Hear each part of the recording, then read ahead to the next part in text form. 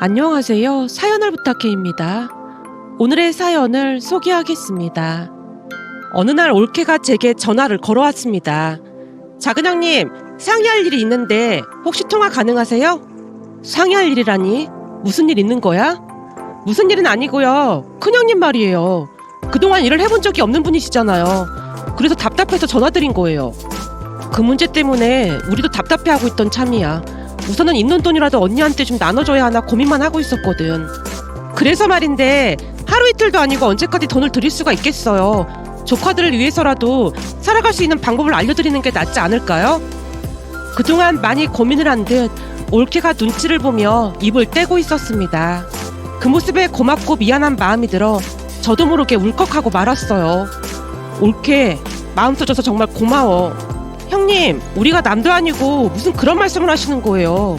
가족끼리 서로 도우면서 살아야 하잖아요. 거기다 저희가 부모님 재산을 더 많이 받기도 했고요.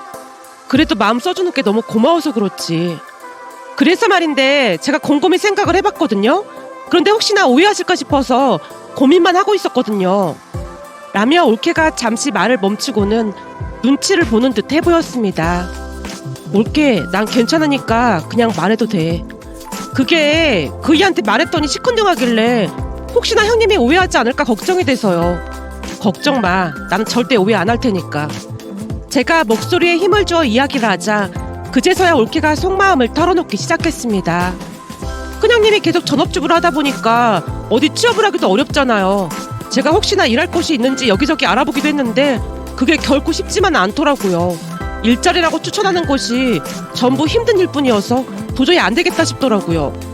하긴 요즘 일자리 찾기 어렵긴 하지. 그래서 말인데요. 제가 생각하고 또 생각해봤는데 큰형님이 우리 집에서 한수를 봐주면서 월급을 받는 건 어떤가 싶어서요.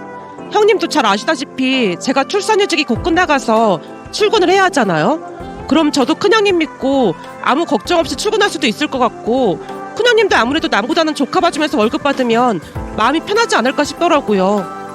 올케가 눈치를 보며 말을 하고 있었는데요. 사실 그때는 올케의 말에 충분히 공감이 될 수밖에 없었습니다. 전업 주부만 하던 언니가 어디 가서 일자리를 구할 수 있을까 싶었거든요. 제가 이런저런 생각으로 잠시 입을 닫고 있자 올케가 걱정스레 물었어요. 형님, 제가 괜히 주제 넘은 행동을 한 거죠? 아니야, 올케 맘 충분히 이해가 되는 걸 뭐. 다행이네요. 저는 혹시 형님이 오해하실까봐 걱정이 태산이었거든요. 걱정은 무슨 걱정을 해. 오히려 마음 써줘서 고맙기만 한걸. 그럼 형님이 큰형님한테 한번 물어봐 주시겠어요? 제가 월급은 충분히 드릴게요. 아, 월급이라고 해서 죄송해요. 아니야, 월급은 월급이지 뭐. 암튼 맘 써줘서 고마워. 내가 언니랑 잘 상의해볼게. 라며 전화 통화를 끝냈는데요. 마음 써주는 올케에게 다시 한번 고마운 마음이 들었습니다. 사실 얼마 전 형부가 갑작스레 사고로 세상을 떠나는 바람에 언니 형편이 많이 안 좋아졌거든요. 남동생 부부는 직업도 좋았고 결혼할 때 부모님이 집까지 장만해줘서 우리 셋 중 형편이 제일 나은 편이었습니다. 그리고 우리도 크게 부자는 아니었지만 남편이 나름 괜찮은 회사를 다녀서 큰 문제 없이 살고 있었고요. 하지만 언니네는 형부가 살아계신 동안에도 내내 형편이 좋지 않았는데 형부가 갑작스레 돌아가신 뒤로 사는 게 더욱 힘들어질 수밖에 없었습니다.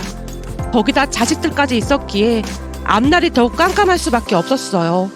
전업주부였던 언니에게는 청천벽력일 수밖에 없었을 테니까요. 부모님 또한 언니 걱정으로 잠을 못 이루고 있었는데 올케가 먼저 그런 이야기를 꺼내주니 제 입장에서는 기특할 수밖에 없었습니다. 다음날 불이 났게 언니를 찾아가 말을 꺼냈어요.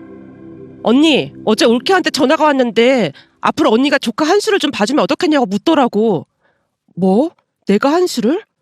그래, 언니 내내 일자리 알아보고 다녔는데 오히려 잘 된 것 같아서 말이야. 올케한테 들어보니까 월급도 많이 줄 생각이라고 하더라고. 올케가 그래? 그렇다니까. 이런 일자리가 어디 있겠어. 지금 당장 언니가 일할 수 있는 게 식당 설거지 그런 일밖에 더 있겠어? 그런 일은 엄청 힘들어서 걱정도 되고 말이야. 제가 걱정 가득한 목소리로 언니를 설득하고 있었는데요. 결국 결심을 한 듯 언니가 말을 꺼냈습니다. 하긴 시누이란 존재가 참 어려운 존재인데 그토록 맘 써주는 게 고마워서라도 거절 못하겠네. 근데 이게 언니한테만 좋은 건 아니야. 올케도 맘 편히 한 수 맡기고 출근할 수 있으니까 서로서로 좋은 거잖아. 그런가? 알았어. 그럼 내가 한번 해볼게. 오랜만에 씨름을 덜었던 것인지 언니 얼굴이 밝아져 있었습니다. 저희는 그런 남동생 부부에게 정말 고마운 마음뿐이었어요. 그렇게 언니는 조카를 돌봐주기로 결정을 했고 우리 집 근처로 이사까지 하게 되었습니다. 짐을 정리하던 중 언니가 미안한 듯 말을 꺼냈어요. 나 때문에 괜히 너만 고생하는 거 아닌지 모르겠어. 고생은 뭐가 고생이야. 내가 하는 게 뭐가 있다고. 우리 아들 딸 밥도 챙겨야 하고 네가 바빠질 게 뻔하잖아. 괜찮거든. 조카들을 위해서 이모가 그 정도도 못하겠어? 서운하게 무슨 그런 말을 하고 있어.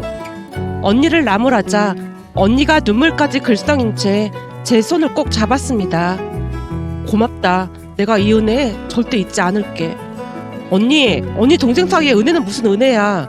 그런 쓸데없는 생각은 하지도 말고 앞으로 맘 독하게 먹을 생각이나 해. 제 말에 언니가 고개를 세차게 끄덕였습니다. 그렇게 우리는 형부의 죽음을 오롯이 받아들일 시간도 없이 하루하루 바쁜 나날들을 보내야만 했습니다.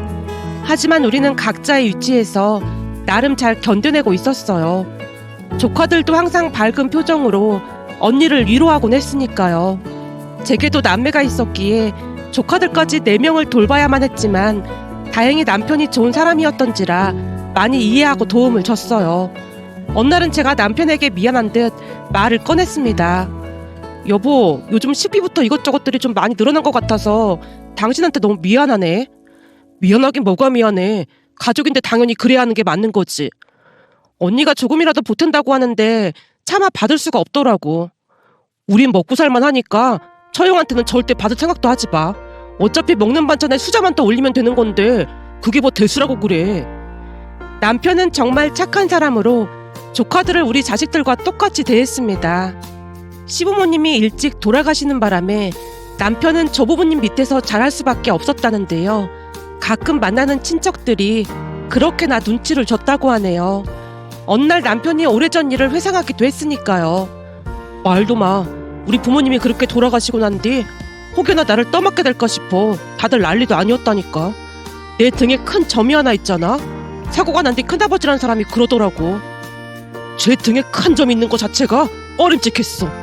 처음 보자마자 어찌나 소름이 돋았는지 모른다니까. 그래서 언젠가는 제 아빠랑 점쟁이를 찾아가서 물어본 적이 있었는데 그 점쟁이가 하는 말이 전생에 죄가 많아서 그렇다잖아. 그때 제 아빠가 뭔 말도 안 되는 소리냐고 펄쩍펄쩍 뛰었지만 내가 볼 땐 저 점이랑 사고랑 뭔 연관이 있는 게 확실해 보인다니까.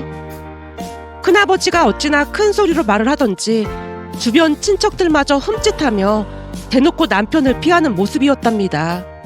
그리고 남편은 그때 일을 어제 일처럼 선명하게 기억하고 있었고 마치 그 일이 진실인 마냥 믿고 살게 되었다고 했어요. 저를 만나서 사귀는 내내 남편이 우려 섞인 목소리로 말을 했거든요. 혹시나 내 등에 있는 점 때문에 자기가 잘못되는 거 아닌지 걱정이 돼. 그게 무슨 말이야. 점쟁이가 내 등에 있는 점이 우환을 불러온다고 했거든. 요즘 세상이 어떤 세상인데 그런 걸 믿고 그래? 그거 다 그냥 겁주려고 하는 말이니까 걱정하지 마. 제가 남편을 위로하고 또 위로했지만 남편의 의심은 쉬이 사라지지 않았습니다. 결국 제가 남편을 데리고 다른 점집에 갔고 그 점쟁이가 말도 안 되는 소리라고 코웃음을 치자 그제서야 안심하는 모습이었어요. 그 뒤 남편은 점에 대한 압박감에서 조금씩 해방되어 갔습니다. 그랬던 남편이었기에 더욱 조카들을 안쓰럽게 생각하고 진심으로 아끼는 모습이었습니다. 혹여나 조카들이 아버지의 부재를 느끼지는 않을까 싶어 매사 신경 쓰는 모습이었으니까요. 급하게 조카들의 학교에 가야 하는 일이 생기면 휴가까지 내서 찾아가주는 열의를 보이기도 했습니다. 남편의 그런 모습은 언니뿐만 아니라 부모님을 감동시키기에도 충분했어요. 그렇게 우리는 서로서로 부족한 부분을 채워가며 열심히 살고 있었습니다. 하지만 어느 날부터 언니의 표정이 급격하게 어두워지기 시작했고 어느 날 남편이 먼저 말을 꺼냈습니다. 여보, 처형 말이야. 요즘 들어 얼굴이 많이 어두워 보이지 않아? 당신도 그렇게 느꼈구나. 사실 나도 그런 생각을 하고 있었거든. 아무리 봐도 뭔 일이 있는 것 같으니까 당신 옆에서 잘 챙겨드려. 남편이 몇 번이나 당부를 했지만 언니는 그저 별일 아니라는 듯이 웃고 말 뿐이었어요. 그러던 어느 날은 친구들 모임이 있어서 남동생 두 분의 아파트 근처에 갔다가 언니도 볼 겸 잠시 들렀는데요. 그날 저는 충격적인 진실 앞에서 넋을 잃고 말았습니다. 엘리베이터에서 내리자마자 올케의 카랑카랑한 목소리가 그대로 들려왔거든요. 저기요, 내가 한수옷은 세탁기 돌리지 말고 직접 손빨래 해야 한다고 몇 번이나 말했잖아요. 아니 도대체 왜 이렇게 말귀를 못 알아듣는 거예요? 올케, 정말 미안해. 오늘 올케가 시킨 일 하다 보니까 너무 바빠서 깜빡했어. 그치만 오늘만 그런 거지. 그동안 한수 거는 세탁기 안 돌리고 직접 손빨래 다 했어. 아니 사람이 잘못했으면 그냥 죄송하다고 하면 되는 거지. 무슨 변명이 그렇게나 많아요? 진짜 짜증나 죽겠어. 내가 돈을 얼마나 많이 주고 있는 줄은 알고 계신 거예요? 그 돈이면 전문적인 가사 도우미 충분히 쓸 수 있는 돈이라고요. 내가 이래서 형님을 쓰고 싶지 않았던 거예요. 근데 시댁에서 받은 것도 있고 해서 눈치가 보여서 어쩔 수 없이 그런 것뿐이라고요. 근데 일을 이딴 식으로 하면 어떡하냔 말이에요. 미안해 올케. 화 풀어. 앞으로 내가 더 신경 쓸게. 언니 목소리가 떨리고 있는 듯해 보였는데요. 그 순간 옆집 사람이 엘리베이터에서 내리다가 저를 보며 물었어요. 저기 저 집에 오신 거예요? 아, 네. 제 동생 집이라서 잠시 들렀습니다. 그래요? 동생이라면 저 집 남편이 동생이란 말이에요? 예, 맞습니다. 그럼 저 집에서 일해주는 사람이랑은 자매지간이겠네요. 내가 궁금해서 그러는데 언니인지 동생인지는 모르겠지만 올케한테 저런 대접을 받고 있는 거 전혀 몰랐어요. 하긴 알면 그대로 두진 않았겠죠. 말도 마요. 목청은 왜 그리도 좋은지 허구한 날 저러는데 우리도 시끄러워 죽을 지경이에요. 내가 보니 신우이가 올케보다 나이도 많은 것 같던데 말하는 뽐새가 아주 싸가지가 없어도 너무 없다니까요. 무슨 사연인지는 모르겠지만 나 같았으면 저런 집구석에 절대 안 보낼 것 같네요. 라며 옆집 아주머니가 혀까지 차며 집으로 들어갔습니다. 그 순간 온몸에서 힘이 빠져나가는 듯한 그런 기분이 들었는데요. 그동안 우리 앞에서 착한 척이란 척을 다 하던 올케의 모습이 떠오르면서 소름이 끼칠 정도였으니까요. 그 와중에도 집안에서 올케의 짜증스럽고 날카로운 목소리가 계속 들려왔기에 제가 초인종을 눌렀는데요. 제 모습을 확인했던 것인지 갑자기 목소리를 가다듬더니 물었어요. 둘째 형님이 갑자기 무슨 일이세요? 지나가는 길에 잠깐 들렀으니까 문 좀 열어봐. 잠깐만요. 올케가 바로 문을 열지 않고 있는 모습이었는데요. 짐작해보건대 언니의 입단속을 시키고 있는 듯 해보였습니다. 그렇게 곧 문이 열렸고 언제 그랬냐는 듯이 올케가 활짝 웃으며 말을 했어요. 형님, 갑자기 무슨 일이세요? 왜? 내가 갑자기 오면 안 되는 이유라도 있는 모양이지? 네? 그게 무슨 말씀이세요? 그러니까 올케 성질 더러운 거 들킬까봐 걱정이라도 되냐 그 말이야. 형님, 무슨 그런 농담을 하고 그러세요? 농담? 내가 농담하는 걸로 보여? 문 밖에서 들어보니까 우리 언니를 사람 취급도 안 하던데 그동안 우리 언니한테 이따위로 막말을 했다는 거지? 제가 올케를 있는 대로 노려보고 있었는데요. 이미 모든 것이 들통난 것을 깨달았던 모양으로 올케가 신경질적으로 말을 했어요. 제가 뭘 그렇게 잘못했다고 그래요? 원래가 종업원이 잘못하면 사장이 야단도 치고 그러는 거잖아요. 내가 돈을 한두 푼 주는 것도 아니고 그 정도 잔소리도 못하겠어요? 뭐가 어쩌고 어째? 야, 우리 언니가 한수 봐주러 온 거지 니네 집 살림까지 해주러 왔어? 하다 보면 집안 살림도 할 수 있는 거고 그런 거잖아요. 그런 걸로 이렇게 야단법석을 떨 일이에요? 이게 싸가지를 밥 말아먹었나? 어디서 뚫린 입이라고 나오는 대로 짓거리고 있어. 어머, 형님 말이 너무 심한 거 아니에요? 싸가지라니요. 이래서 진짜들은 상대를 하지 말아야 한다니까. 올케 입에서 그 말이 튀어나왔고 그만 이성을 잃고 말았습니다. 너 지금 뭐라고 했어? 그동안 착한 척이란 척은 다 하더니만 이게 본 모습이었어? 동네 시끄러우니까 둘 다 그만 가주세요. 남의 집에 찾아와서 뭐 하자는 거예요? 올케가 순식간에 언니와 저를 밀치고는 문을 닫아버렸는데요. 그동안 철저하게 연기를 했던 것인지 알던 모습과는 너무나도 다른 모습이었습니다. 잔뜩 화가 난 제가 문을 두드려대는 모습에 언니가 울먹이며 말렸어요. 그만하고 가자. 네가 몰라서 그러나 본데 올케 보통 사람이 아니야. 보통 사람이 아니라니 그게 무슨 말이야. 이렇게 된 거 우선 집에 가서 내가 다 설명해 줄게. 라며 저를 데리고 집으로 향했습니다. 집에 가서 언니가 훌쩍이며 제게 이곳저곳을 보여줬는데요. 확인을 하다가는 놀라서 뒤로 나자빠질 뻔했답니다. 언니, 설마 올케가 이랬단 말이야?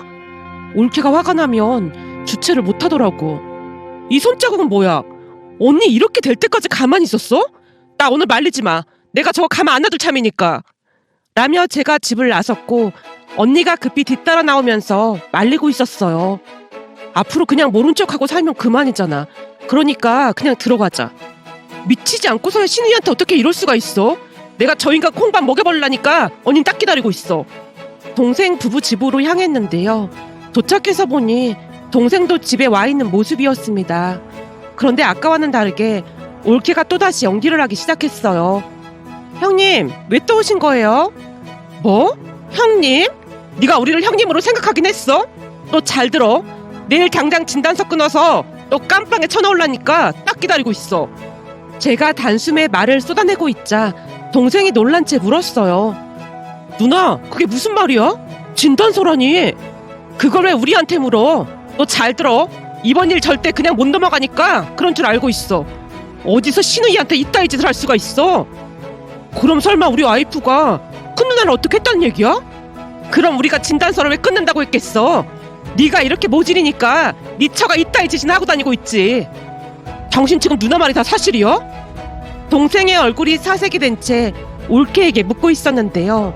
올케가 작정을 한 듯 말을 꺼냈습니다. 아니, 내가 한수 옷은 손빨래 하라고 그렇게 말했는데 안 들어먹으니까 그런 거 아니야. 당신 누나한테 집안 살림까지 시킨 거야? 그냥 한수만 봐주기로 했던 거 아니었어? 아니, 가족끼리 살림도 해주고 하면 좋은 거잖아. 당신 미쳐도 단단히 미쳤구나. 동생이 올케에게 몰아붙이고 있는 모습이었기에 우리는 그곳을 나와버렸습니다. 그 뒤 언니는 동생 집에 발길을 끊었고요. 그리고 올케의 만행이 만천하에 드러나게 되었고 어느 날은 엄마가 동생을 앉혀놓고 단도직입적으로 말을 했습니다. 니들이 이혼을 하든지 말든지 우린 상관없으니까 니들 그 아파트 다 토해내. 내 말 무슨 말인지 알겠어? 그 돈으로 네 큰누나 가게 차려줄 참이니까 그런 줄 알아. 알았어, 그렇게 할게. 라며 동생이 담담하게 대답을 했고 얼마 뒤 동생과 올케가 별거에 들어갔다고 들었습니다. 동생이 이혼을 하겠다고 선언을 했거든요. 변호사를 통해 알아봤더니 다행히 부모님이 동생에게 사주신 아파트는 재산 분할에 들어가지 않는다는 답변이 돌아왔습니다. 그 바람에 올케가 많이 놀란 모습이었는데요. 친정 부모님께 찾아가서 절대 이혼만은 못하겠다며 울고불고 난리를 친 모양이더라고요. 그 모습에 엄마가 올케에게 쐐기를 박듯 말을 했다네요. 너는 이혼이 문제가 아니라 감방 들어갈 준비나 하고 있어. 우린 진단서도 다 끊어놨으니까 너 단단히 준비해야 할 거다. 어디 할 짓이 없어서 신우이한테 그따위 짓을 할 수가 있어. 어머님, 한수를 봐서라도 용서 좀 해주세요.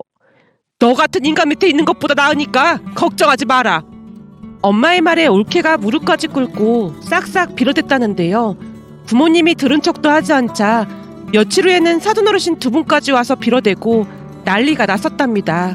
그것뿐만 아니라 언니 집까지 쫓아와서 울고불고 난리를 쳤지만 역시나 들은 척도 하지 않았고요. 현재 동생 부부는 별거 중으로 이혼 소송 중에 있습니다. 거기다 우리가 고소까지 한 상태로 지금도 빌어대고 있지만 저희는 고소를 취하할 생각이 추후도 없습니다. 그때를 생각하면 지금도 속에서 천불이 나는데요. 이런저런 복잡한 마음이 들면서 이런 일이 또 있을까